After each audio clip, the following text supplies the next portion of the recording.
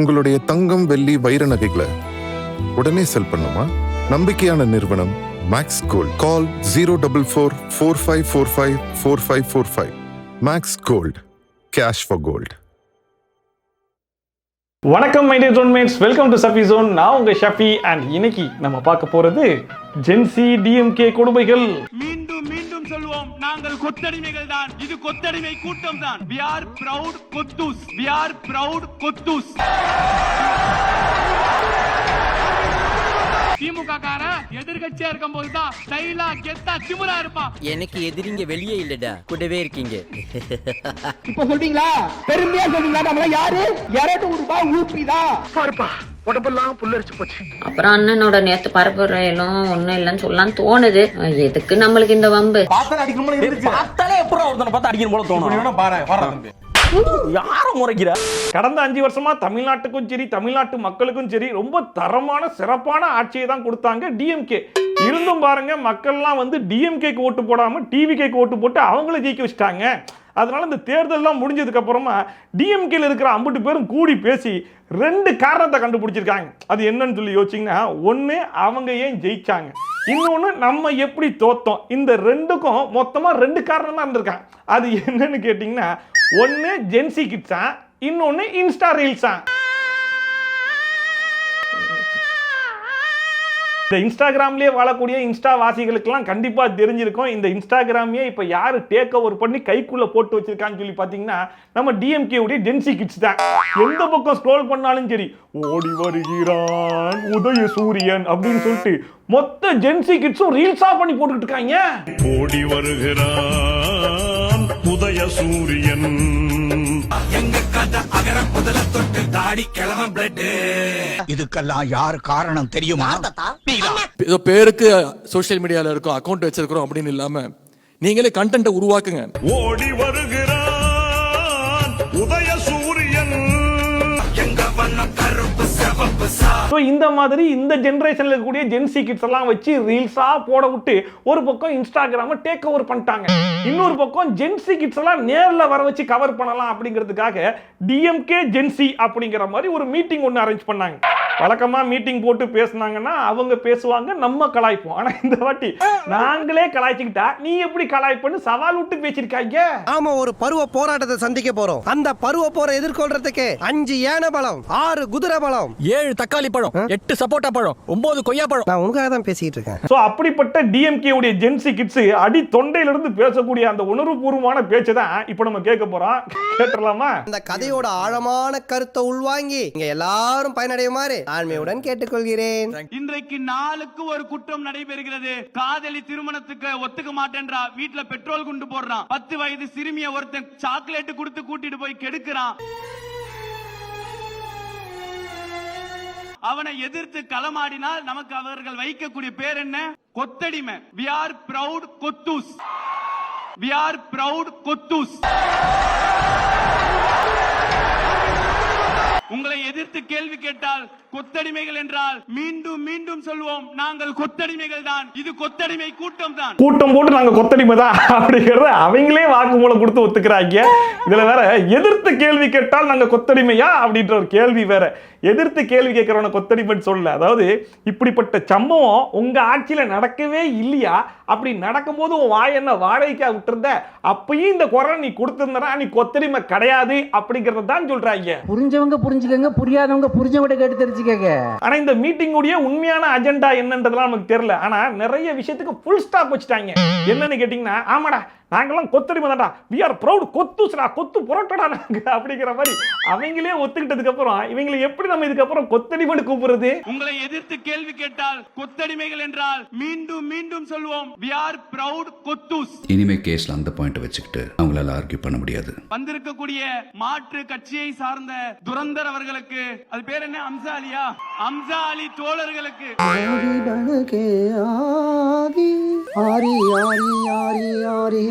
இந்த நிகழ்ச்சி முடிந்ததுக்கு பிறகு டிஎம்கே ஜென்சி மீட்டுக்கு போனோம். ஆனா என் வால்பேப்பர்ல என் தலைவன் தான் இருக்கிறானே வீடியோ போடக்கூடிய தோழர்களுக்கு சொல்கிறோம், இது இங்க இருக்கக்கூடிய யாருக்கும் பணம் தரவில்லை. இங்க கூடி இருக்கக்கூடிய கூட்டத்திற்கு உணவு கூட தரவில்லை. மணி பசிக்குது மணி. எங்களால் என்ற டீயை கொடுத்தோம், பிஸ்கோட்டை கொடுத்தோம். இன்றைக்கு கூடி இருக்கிறார்கள். ஒரே நாளிலே அறிவிப்பு செய்யப்பட்டு கூட்டப்பட்ட கூட்டம் இது. பரவாயில்ல. அதாவது 200 ரூபாய கையில டைரக்டா கொடுக்காம டீ காபி பிஸ்கட் அப்படின்னு சொல்லி அந்த மாதிரி கொடுத்து கூட்டு வந்திருக்காங்க போல. Tea coffee coffee tea tea coffee tea coffee. இதுல ஹைலைட் என்னன்னா நல்லா ப்ரெடிக்ட் பண்றாங்க. இந்த மீட்டிங் முடிஞ்சதுக்கு அப்புறம் என்ன நடக்கும் அப்படிங்கறத முன்கூட்டியே தெரிஞ்சுக்கிட்டு அதையும் ஸ்டேஜ்லயே பேசிடுவோம்னு அவங்களே பேசிக்கிறாங்க பாருங்க. டிஎம்கே ஜென்சி மீட்டுக்கு போனோம். ஆனா என் வால்பேப்பர்ல என் தலைவன் தான் இருக்கிறானே. வீடியோ போடக்கூடிய தோழர்களுக்கு சொல்கிறோம். ஆனா இதுல இருந்து ஒரு விஷயம் மட்டும் தெளிவா புரியுது. அந்த பசங்களுக்கே நல்லா தெரிஞ்சிருக்கு அதுல இருக்கிற பாதி பேர் துரந்தர் தானே. நாளைக்கு ஒருத்தன் இன்ஸ்டால எழுதுவான், ஒரு போட்டோ எடுத்துப்பான், ஜூம் பண்ணி ஒரு ரவுண்ட் பண்ணுவான். அங்க பாரு அவருக்கு ஒரு 50 வயசு இருக்கும். டேய் சும்மாடா. இங்க பாரு இவருக்கு ஒரு 60 வயசு இருக்கும். இங்க பாரு இவங்க எல்லாம் காலங்காலமா திமுக. அவங்க கண்ணுக்கு அது மட்டும் தான் தெரியும். சரிப்பா, அவங்க கண்ணுக்கு அது மட்டும் தான் தெரியும். இப்ப நம்ம கேமராவை அப்படியே பின்னாடி திருப்பி யாரெல்லாம் உட்கார்ந்துருக்கா அப்படிங்கிற மாதிரி ஒரு பக்கம் பார்ப்போம். இவங்க சொல்லக்கூடிய ஜென்சி கிட்ஸ் உண்மையிலேயே வந்திருக்காங்களா அப்படிங்கறத லைவா நம்மளே பார்த்து தெரிஞ்சு போன்றேன். வாங்க. ஆஹா திருப்பிட்டாங்கய்யா, திருப்பிட்டாங்களே. ஏன் திருப்ப வேணாங்கறீங்க? திருப்பிட்டு கேள்வி. என்னடா இது, அம்புட்டு பேரும் ஜென்சி கிட்ஸால இருக்காங்க. இந்த பக்கம் திருப்புங்க. அடடடட, என் கண்ணுக்கு எத்தனை வரைக்கும் அம்புட்டு பேரும் ஜென்சி கிட்ஸாலப்பா தெரியுறாங்க. அதாவது அந்த பையன் ஒன்னும் சும்மா பேசல, அந்த பையன் கண்ணுக்கே அப்படிப்பட்ட ஆட்கள் தான் தெரிஞ்சிருக்காங்க.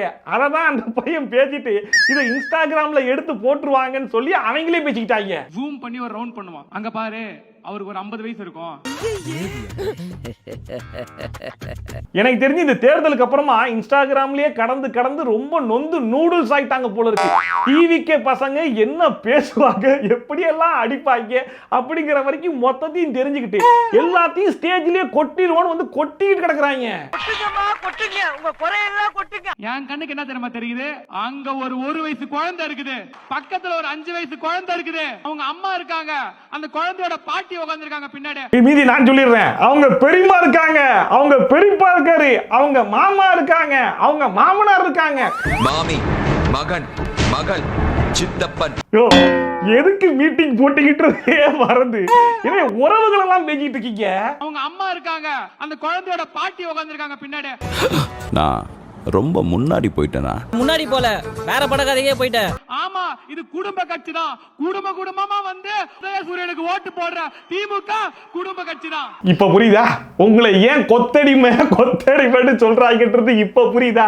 சம்பந்தம் இல்லாம பேசுறாங்களே சாமி அப்படிங்கிற மாதிரி குடும்பமா வந்து ஓட்டு போடுறதுனால இது குடும்ப அரசியலாம். பஞ்சு நல்லா இருக்கான்னு மட்டும் பார்க்கணும், அதுக்குள்ள ஆராய்ச்சி பண்ண கூடாது. குடும்பமா வந்து உதயசூரியனுக்கு ஓட்டு போடுற திமுக குடும்ப கட்சி தான். இதை எழுதி மனப்பாடம் பண்ண நான் எவ்வளவு சிரமப்பட்டேன் தெரியுமா? ஆனா டிஎம்கே குடும்ப அரசியல் அப்படிங்கிறதுக்கு நீ ஒரு அற்புதமான விளக்கம் கொடுத்த பத்தியா? உண்மையிலேயே நீங்க எல்லாம் ரொம்ப ப்ரௌடா சொல்லிக்கலாம்டா. மீண்டும் சொல்லுவோம், we are proud கொத்தூஸ். திமுக இளைஞர்கள் இல்ல, திமுக இளைஞர்கள் இல்லன்னு சொல்றாங்க. திமுக இளைஞர்கள் இருக்காங்க. திமுகவினுடைய இளைஞர்கள் துணிவான இளைஞர் யாரு தெரியுமா? நீங்க சொல்லாதீங்க, நான் சொல்றேன். அதுக்கு தானே நான் இருக்கேன். முதல் தடவையா இந்த கொத்தூசோட நாங்க ஒத்து போறோம். ஏன்னா டிஎம்கேல இளைஞர்கள் இருக்காங்க, அதுவும் எவ்வளவு உத்வேகமான இளைஞர்கள் அப்படிங்கறத நான் சொல்றேன். பட் அதுக்கு முன்னாடி தலைவன் சொல்லக்கூடிய இன்னொரு பேச்சையும் கேட்டுட்டு அப்புறமா சொல்லிடுறேன். கேளு. ஒண்ணு விடாம போடாதுன்னு சொல்றேன் சார். சொல்லு. 2026 தேர்தல் யாரும் எதிர்பார்க்கல. உழைச்சோம், ஊரா போய் உழைச்சோம். என்ன சிரிப்பு ராஸ்கல். அதாவது அவங்க உண்மையிலேயே ஊரா போய் உழைச்சாங்க. ஆனா யாருக்கு உழைச்சாங்க, துரந்தரா எப்படி மாறினாங்க அப்படிங்கிற கதையை ஒருத்தர் நமக்காக சொல்லியிருக்காப்ல. அதை ஃபர்ஸ்ட் கேளுங்க. நான் கேட்ட செய்தி தயவு செய்து பொய்யிரு மூட்டி அதாவது சொல்லுங்க ப்ளீஸ். அதாவது ஸ்ரீரங்கம்ல பூத் நம்பர் 91ல் மொத்தமாகவே திமுகவுக்கு 5 ஓட்டு தான் ஊந்துக்குதான். அது இல்லை மேட்ரு. அந்த பூத்தில் திமுகவுக்காக வேலை பார்த்த பூத் கமிட்டி மெம்பர்ஸ் மட்டுமே 14 பேரா. அப்போ அதில் 9 பேர்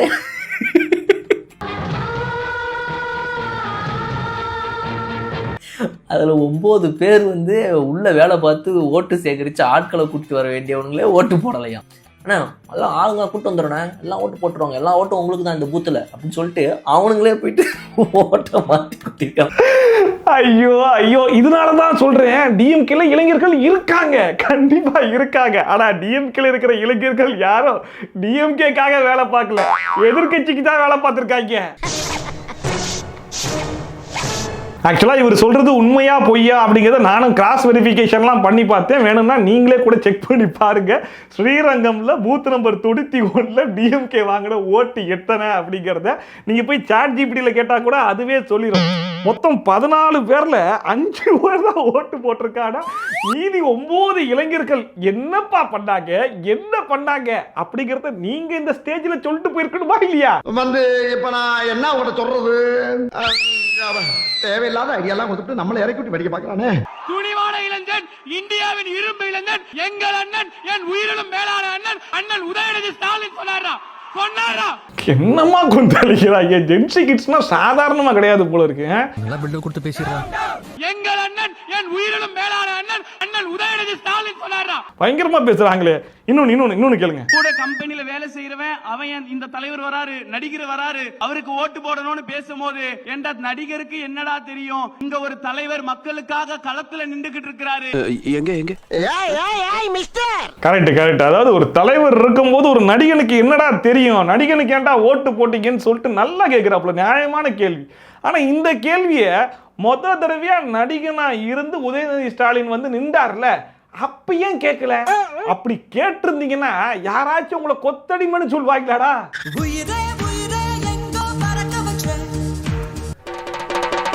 குடும்ப அரசியல்னா குடும்பமா வந்து ஓட்டு போடுறாங்கல்ல, அதனாலதான் அது குடும்ப அரசியல். குடும்பத்துல இருக்கவங்கள அப்படியே டைரக்டா அரசியல்ல கொண்டு வந்து டெபுட்டி சிஎம் கொடுக்குறாங்கல்ல, அதெல்லாம் குடும்ப அரசியல்ல வராதுங்க அப்படின்னு பேசிட்டு இருக்கீங்க பாத்தீங்களா? அப்படிங்க ரொம்ப பெருமையா சொல்லலாம். மீண்டும் சொல்லுவோம், we are proud கொத்தூஸ். இதுல இன்னொரு விஷயம் என்னன்னா, இப்ப ரீசெண்டா நிறைய பேர் கேட்டுட்டு இருக்கிற கேள்வி, குறிப்பா எதிர்க்கட்சி தலைவரா இருக்கக்கூடிய நம்ம உதயநிதி ஸ்டாலின் அடிக்கடி இந்த கேள்வியை கேட்கிறாப்ல. 10 லட்சம் கோடி கடன் இருக்குன்னு தெரியாமையா இவர் சிஎம் ஆனாரு, இதே வந்து பேசிக்கிட்டு இருக்காரு. இதெல்லாம் ஒரு பேச்சா அப்படின்னு சொல்லி கேட்டுக்கிட்டு இருக்காருல. ஆனா இதே உதயநிதி ஸ்டாலின் இதுக்கு முன்னாடி இந்த மாதிரி பேசினது கிடையாதா அப்படின்னு சொல்லி கேட்டீங்கன்னா இருங்க, டைரக்டா வீடியோவே காட்டுறேன். அதிமுக ஒட்டுமொத்தமா தொடச்சிட்டு எடுத்துட்டு போயிட்டாங்க. எவ்வளவு தெரியுமா கடன் வச்சுட்டு போயிருக்காங்க? அதிமுக அரசு கஜானாவில 6 லட்சம் கோடி ரூபாய் கடன் வச்சுட்டு போயிருக்காங்க. இருந்தாலும் தலைவர் அவர்கள் வாக்குறுதி கொடுத்திருந்தார், திமுக ஆட்சிக்கு வந்ததுன்னா கொரோனா நிவாரண தொகையாக ஒவ்வொருத்தருக்கும் ஒரு குடும்பத்திற்கும் எவ்வளவு புரியுதா? 10 லட்சம் கோடி கடன் வச்சிருக்காங்க, 10 லட்சம் கோடி கடன் வச்சிருக்காங்க. ஏன் அதையே சொல்லிக்கிட்டு இருக்கீங்கன்னு கேட்ட உதயநிதி ஸ்டாலின் இதுக்கு முன்னாடி அதிமுக ஆட்சியிலிருந்து திமுக ஆட்சி வரும்போது அதே கேள்வியை தான் அவரும் கேட்டிருக்காப்ல. 6 லட்சம் கோடி ரூபாய் கடன் வச்சுட்டு போயிருக்காங்க. என்னமா பெர்ஃபார்ம் பண்றா பாருங்க சார். மே 4 ரிசல்ட் வருது. அந்த நிமிஷம் ஏத்துக்க முடியல. மதியம் 3 மணிக்கு அறிவிக்கிறாங்க, தலைவர் தொகுதியில கொளத்தூர்ல தோத்துட்டாருன்னு வந்துச்சு. ஏத்துக்கவே முடியலதா, ஏத்துக்க முடியாத ஒரு விஷயம் தான். இன்னைக்கு நினைச்சாலும் கண்ணு கலங்குது. எங்க இந்த கண்ணா எங்கிட்ட பார்த்தாலும் கலங்கின மாதிரிலாம் தெரியலையப்பா. அன்னைக்கு நைட் போன் எடுக்கிறேன், 6 மணிக்கு போன் எடுத்து பாக்குறேன், இன்ஸ்டாகிராம் போறேன், ரெக்வெஸ்ட் ஓபன் பண்றேன், 5 மெசேஜ். வைடா போன வைடா. Bro, I want to join DMK bro. Bro, I want to join DMK bro. Bro, I want to join DMK bro. உண்மையிலே சும்மா சொல்லக்கூடாது. ஜென்சி கிட்ஸ் தான், ஜென்சி கிட்ஸ் தான். அதாவது எக்ஸ் சிஎம்மா இருந்த ஸ்டாலின் அவர்கள் தோத்துட்டாருன்னு தெரிஞ்ச உடனே 5 பேர் ஜாயின் பண்ணிருக்காங்க பாருங்க. அதாவது I want to join DMK bro அப்படிங்கிற மாதிரி சொல்லி வச்சே ஒருத்தரும் அதே அமைச்சிருக்கேன். அவனு துரந்துடுறா, உன்னை கலாய்ச்சிருக்கேன், அது கூட அவனுக்கு தெரியல. இன்னும் பச்சை புள்ளையா இருக்கேடா. பச்சை புள்ளையா வந்ததே மொத்தம் 5 மெசேஜ் ஒரே மாதிரி இருக்கும் போதே உனக்கு சந்தேகம் வர வேணாம். ஆமா, வெட்ட வளைய இது வாழை மரம் இல்லடா, வாழையடி வாழையா இருக்க ஆலமரம்டா திமுக. யார் எழுதி கொடுத்த டயலாக்டா இப்படி பேசிட்டு இருக்கீங்கன்ற மாதிரி?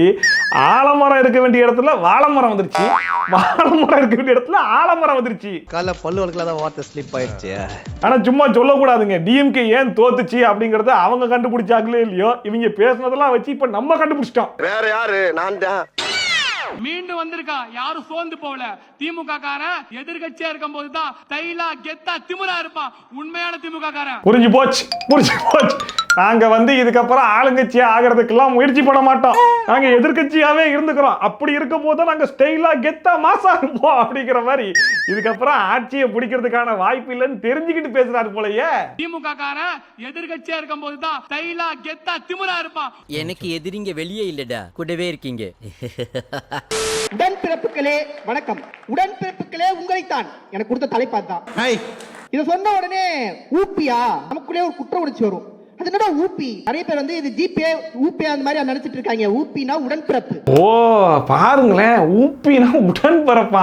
நல்ல நல்ல நல்ல தெளிவா பேசுறாப்ல இந்த மனுஷன். வாங்க நிறைய கேட்போம், நிறைய டீட்டெயில் சொல்லுவாரு போல இருக்கு. அவர் இந்த உலகத்துக்கு ஏதோ ஒரு முக்கிய செய்தி சொல்ல வராரு. உடன்பிறப்புகள் பெருமையா சொல்லுங்க. அக்கௌண்ட்ல வந்து 200 ரூபாய் உழுதுன்றாங்க.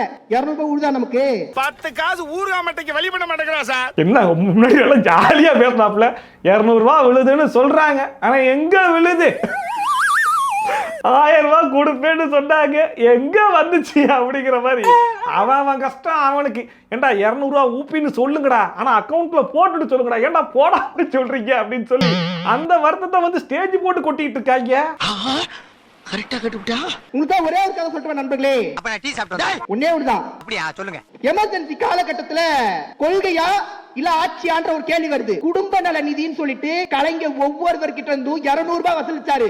கஷ்டப்படக்கூடிய அந்த வீடுகளுக்கு, அந்த தொண்டர்களுடைய வீடுக்கு 200 ரூபாய் கொடுத்தாருன்றதா வரலாறு. அதுதான் 200 ரூபாய் ஊப்பியே. இப்ப சொல்வீங்களா? பெருமையா சொல்வீங்களா? நம்மள யாரு 200 ரூபாய் ஊப்பிதான். அவன் என்னன்னா ப்ரௌடு கொத்துசுகிறா, இவனா நாங்க பெருமையா சொல்லுவோம் 200 ரூபாய் ஊப்பிதான் அப்படின்றான். என்னடா இது? நீங்களே ஸ்டேஜ் போட்டு எல்லாத்தையும் ஒத்துக்கிட்டா அப்ப நாங்க என்னடா பண்றது? நாங்க ஒத்துக்கிட்டோம், இதுக்கு மேல என்ன வேணும்? அதுலயும் பாருங்க, சம்பாதிச்ச காசுல இருந்து மக்களுக்கு கொடுத்தாரா அப்படின்னு சொல்றது எவ்வளவு பெருமையா இருக்கும். ஆனா திரள் நிதி திரட்டி அதுல இருந்து தான் கொடுத்துருக்காப்ல. இருந்தாலும் 200 ரூபாய் ஊப்பிங்கிறத பெருமையா சொல்லிக்கலாமா? பெருமையா சொல்லிக்கலாம். நம்மள யாரு 200 ரூபாய் ஊப்பிதான். பாருப்பா உடம்பெல்லாம் புல்லரிச்சு போச்சு. இதுல டிஎம்கே ஜென்சி அப்படின்னு சொல்லிட்டு இன்னொரு காமெடி வேற பண்ணாங்க. அந்த காமெடியை பாருங்க. யார் சொன்னதுன்னு தெரியல, இந்த உசு பெற்றவங்க கிட்ட உம்முனும் அந்த சத்தம் கடுப்பேற்றவங்க கிட்ட கம்முன்னு இருந்தா வாழ்க்கை சம்முன்னு இருக்குமா. அதாவது வேற வழியே இல்லாம அங்கிருந்து ஏதாச்சும் ஒரு சவுண்டை வர வைக்கணும்னா அதுக்கும் நம்ம சிஎம் சார் கிட்ட தான் போக வேண்டியதா இருக்கு. 2026ல ஒரு இழப்பு தான் ஒத்துக்கிறேன். ஆனா திமுக முடங்கிருமா? மீண்டு வராதா? மீண்டு வருமா வராதுங்களா? அதாவது சிஎம் சார் வாய்ஸ்ல பேசும்போது அங்கேருந்து வந்த ரெஸ்பான்ஸ், என்னப்பா டிஎம்கே மீண்டு வருமா? ஆனா வருமா வராத சொல்லுங்கய்யா, உங்களை மீட்டிங் போட்டு கூப்பிட்டது இதுக்கு சவுண்ட் கொடுக்கதா, நீங்க என்ன அதுக்கு சவுண்ட் கொடுத்துட்டு இருக்கீங்க அப்படின்னு சொல்லிட்டு இந்த மனுஷனே சிரிச்சுக்கிட்டு இருக்காப்ல.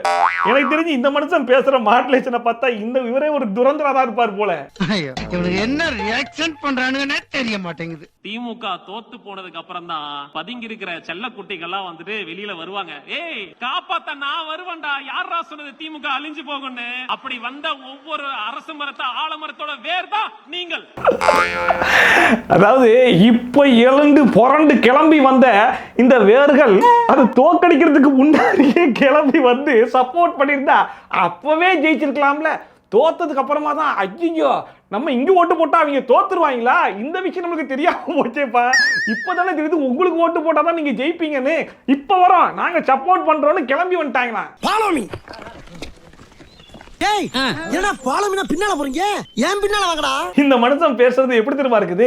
இந்த வடசென்னை படத்துல ஒரு டயலாக் ஒன்னு வரும் பாருங்க. காப்பாத்த நான் வருவேன்டா, யாரா சொன்னது திமுக அழிஞ்சு போகும்னு? அப்படி வந்த ஒவ்வொரு அரசு மரத்தை ஆலமரத்தோட வேர் தான் நீங்கள். ஏய் அவன் செத்துட்டான்டா. அண்ட் இந்த பிரஸ் மீட்லாம் கொடுத்துட்டு நாடகம் தொடரும் அப்படின்னு சொல்லி கிளம்பி போனாங்க இல்லையா, அவங்க அந்த நாடகத்தை நிப்பாட்டல, மீண்டும் தொடர்ந்துட்டாங்க. வாங்க நம்ம ஜூலி அக்கா என்ன சொல்றாங்கன்னு கேட்போம். வேலூர் பரப்புரையப்ப எப்பவும் போல இதுலயும் ஒண்ணுமே இல்லைன்னு சொன்னதுக்கு தான் அதுக்கப்புறம் கிட்னி சட்னி எல்லாம் தூக்கிட்டு வந்தாங்க. என்னடே அவன் இன்னும் திருந்தல மாமா. அப்புறம் அண்ணனோட நேத்து பரப்புரையிலும் ஒண்ணும் இல்லைன்னு சொல்லலாம் தோணுது. எதுக்கு நம்மளுக்கு இந்த வம்பு? பார்த்தாலே அடிக்கணும் போல இருந்துச்சு. பார்த்தாலே எப்பறம் ஒருத்தனை பார்த்து அடிக்கணும் போல தோணும். பாரு வர யாரும் முறைக்கிற. அதுல வேற அண்ணா வந்து நிர்வாகம் எதுக்கும் பொறுப்பு இல்லைன்னு வேற மிரட்டி இருக்காது. அண்ணா பயமா இருக்குதுண்ணா, பயமா இருக்குதுண்ணா. இந்த பெர்ஃபார்மன்ஸ்லாம் இவங்க பண்ணுவாங்களா? இதெல்லாம் வந்து ஒண்ணும் கிடையாதான். ஆனா இவங்க கரு கலைஞ்சதுக்கு யாரு காரணம்னு சொல்லி கேட்டா அது சிஎம் சாரா. அப்புறம் அண்ணனோட நேத்து பரப்புரையிலும் ஒண்ணும் இல்லைன்னு சொல்லலாம் தோணுது. எதுக்கு நம்மளுக்கு இந்த வம்பு? உனக்கே உண்மையில வெறுப்பு வரல? சத்தியமா சொல்லு. திமுக ஆட்சியில கொடுத்த கம்ப்ளைண்ட்டுக்கு கரெக்டா ஞாயிற்றுக்கிழமை போஸ்ட் வந்துச்சா இவங்க வீட்டுக்கு. யாருன்னு பார்த்தா அங்க ஒருத்தர் பதவி ஏத்துட்டு இருக்காராம். அவர் தான் போஸ்ட் அனுப்பிச்சிட்டு போய் பதவி ஏத்திருக்காரு அப்படின்னு ஒரு குற்றச்சாட்டம். அண்ணா பயமா இருக்குதுண்ணா, பயமா இருக்குதுண்ணா. போச்சொல்டா டிவி விளம்பரம் மாதிரி அடிக்கடி வந்து நின்னுக்கிட்டு போச்சொல்லு. எனக்கு தெரிஞ்சு டிஎம்கே ஏன் தோத்துச்சு அப்படிங்கிற காரணத்தை கண்டுபிடிக்கிறதுக்கு நீங்க எங்கெங்கயோ போய் தேடிட்டு இருக்கீங்க. ஆனா காரணம் இந்த உங்க கண்ணு முன்னாடி நின்றுட்டு இருக்கு. திமுக தோக்கலங்க, நாங்க மீண்டு வருவோம். உங்களுக்கு தெரிய மாட்டேங்குது, 75 வருஷ பாரம்பரியம். நாங்க எவ்வளவோ அடிகளை பார்த்திருக்கோம். அடிகள் எல்லாம் தாண்டி நாங்க மீண்டு வர்றதுதான் எங்க சரித்திரமே தவிர நாங்க விழுவுறது எங்க சரித்திரம் கிடையாது.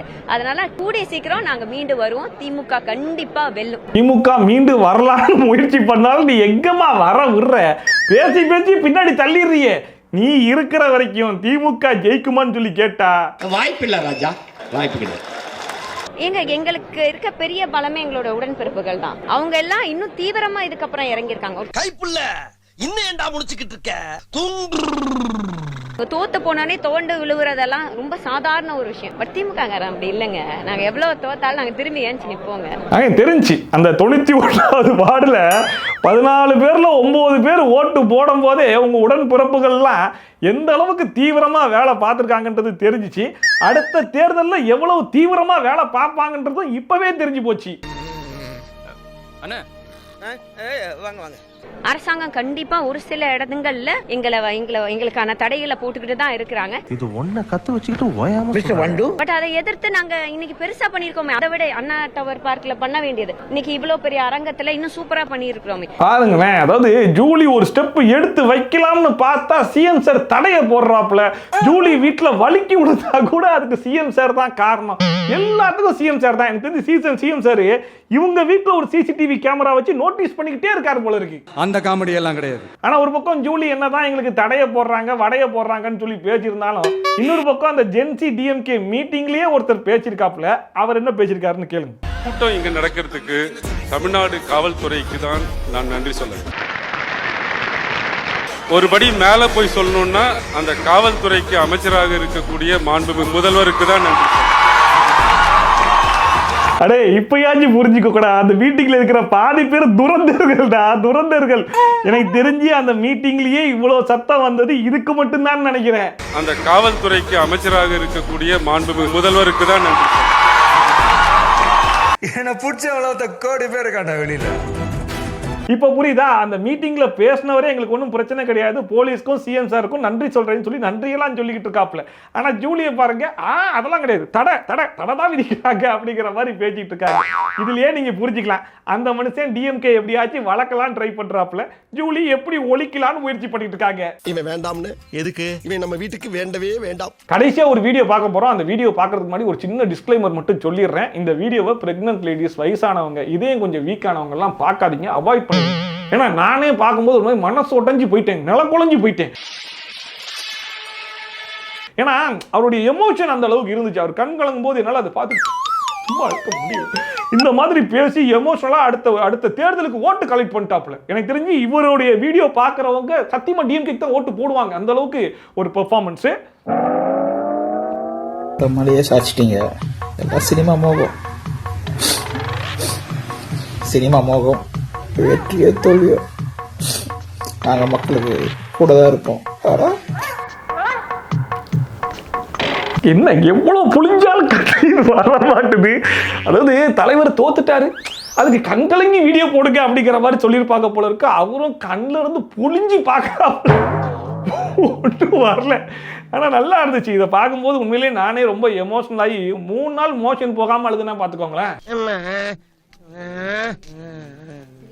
ஸோ இந்த மாதிரி ஜென்சி கிட்ஸ் எல்லாம் வச்சு ரொம்ப எமோஷனலா வீடியோலாம் போட விட்டு அடுத்த ஆட்சியவே பிடிச்சிடலாம் அப்படிங்கிற மாதிரிலாம் நீங்க நம்பிக்கிட்டு இருந்தீங்கன்னா சத்தியமா சொல்றேன், by the bottom of the ஹார்ட்னு சொல்றேன், இதெல்லாம் வேலைக்கே ஆகாது.